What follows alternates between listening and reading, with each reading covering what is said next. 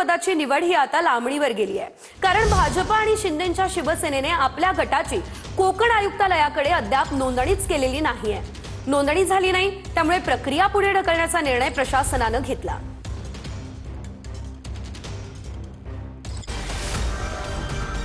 आरक्षण सोडत जाहीर झाल्यानंतर महापौर पदासाठी 31 जानेवारीला मतदान होणार होतं,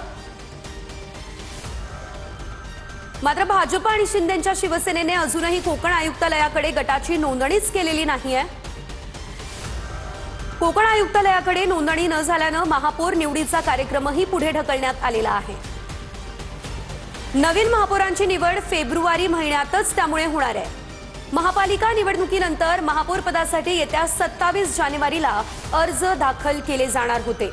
31 जानेवारीला होणाऱ्या निवडीसाठी जाहिरातही देण्याची प्रशासनाने तयारी केली होती।